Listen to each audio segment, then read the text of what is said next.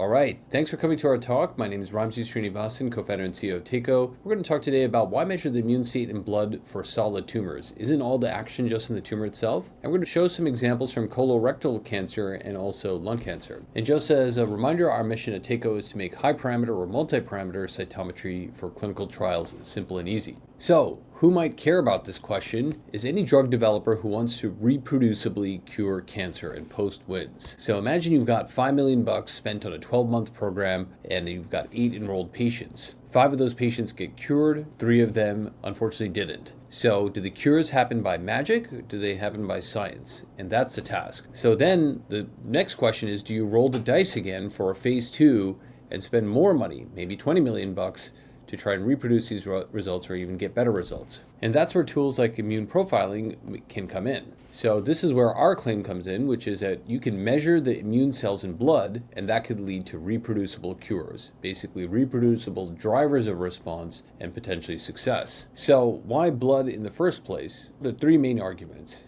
It's easy to collect, it's perfect for tracking, and third, it's where the action is. And that last part might prompt a couple of questions. Are you sure there's really action in the blood? We've heard so much that everything happens in the tumor. And we're pretty sure there's an emerging view of immunotherapy works. This was discussed by Takeo co-founder Matt Spitzer in multiple publications, but backed up by others as well. You have a checkpoint drug, it activates cells of the lymph, those cells traffic through the blood, and then ultimately attack the tumor. And immune cells broadly follow this flow. And we're going to go through a brief literature review to show some of that science. This is shown in 2 species models, both mouse and human. In this 2017 mouse paper, Matt showed that the peripheral immune cells are required for immunotherapy in mouse models. So for this mouse, when given a drug, this is the vehicle or control setting, the mouse is able to clear the tumor, an anti-PD-1 in this case. But when the immune cells are stopped from trafficking to the tumor using a particular drug to keep them stuck in the lymph nodes, and given that same anti-PD-1 therapy, then there's no tumor control. So this is a hallmark of great science. Put it in, it's working.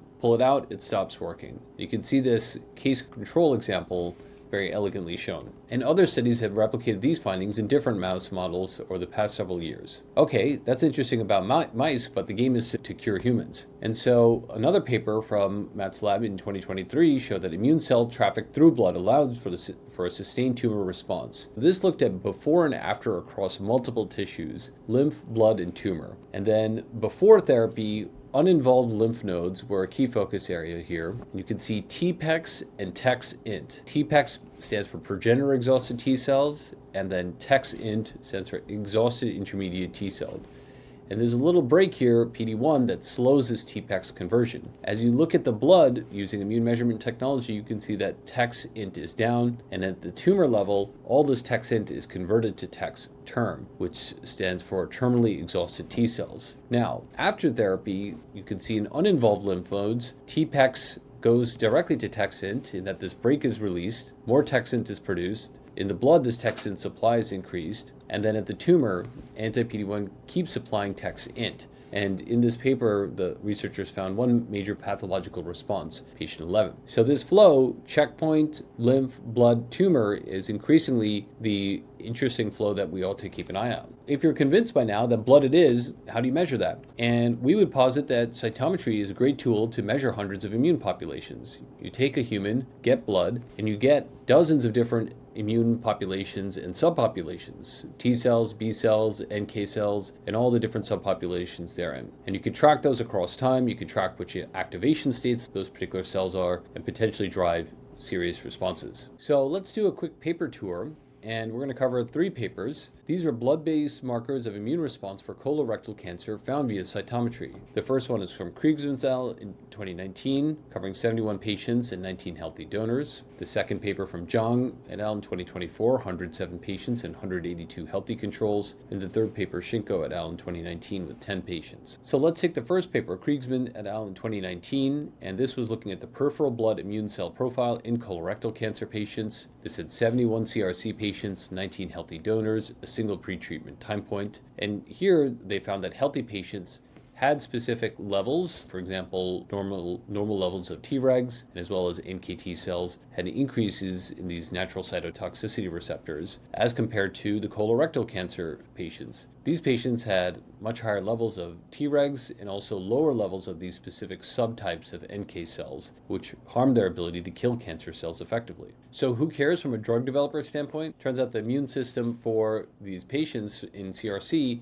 had an increased number of quote-unquote bad suppressive cells and reduced ability of good NK and NKT-like cells to kill cancer cells. The next paper is from Jung et al. In 2024. This is changes in subset distribution and impaired function of circulating NK cells in patients with colorectal cancer. So it's 289 patients, peripheral blood, flow cytometry, and 2 panels, 10 and 13. And they had healthy patients, patients with basic disease, and then patients with advanced disease. Before, in the healthy controls, the overall frequency of NK cells in CRC patients would reduce compared to healthy controls. As you look and progress from basic to more advanced, there's a reduction in secretion of IFN gamma by NK cells, and basically worse NK cell functionality correlates with the disease getting worse. The impact is as the tumor gets worse, there's a corresponding change in NK cell expression. Perhaps getting the NK cells in the right configuration might help with drug development or drug targeting. The third paper is from Shinko et al. In 2019. Mass cytometry reveals a sustained reduction in CD16 positive natural killer cells following chemo in colorectal cancer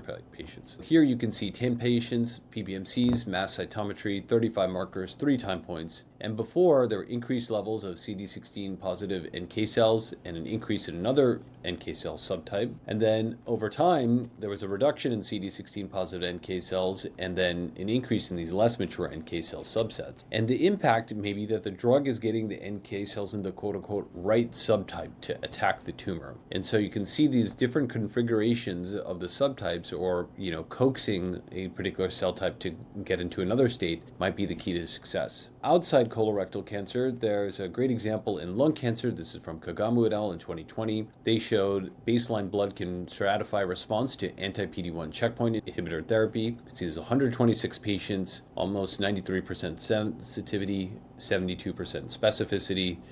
And you can see here these specific populations were able to predict people who had great overall survival versus those with poorer outcomes. Wrapping up, our claim is that measuring the immune cells in blood can potentially lead to reproducible cures. And there are 3 main reasons. 1, blood is super easy to collect. 2, perfect for longitudinal tracking. And 3, increasingly where the action is. So if you're interested in this field and are looking to try out immune measurement on your trial, check us out at teiko.bio. Thanks for signing on.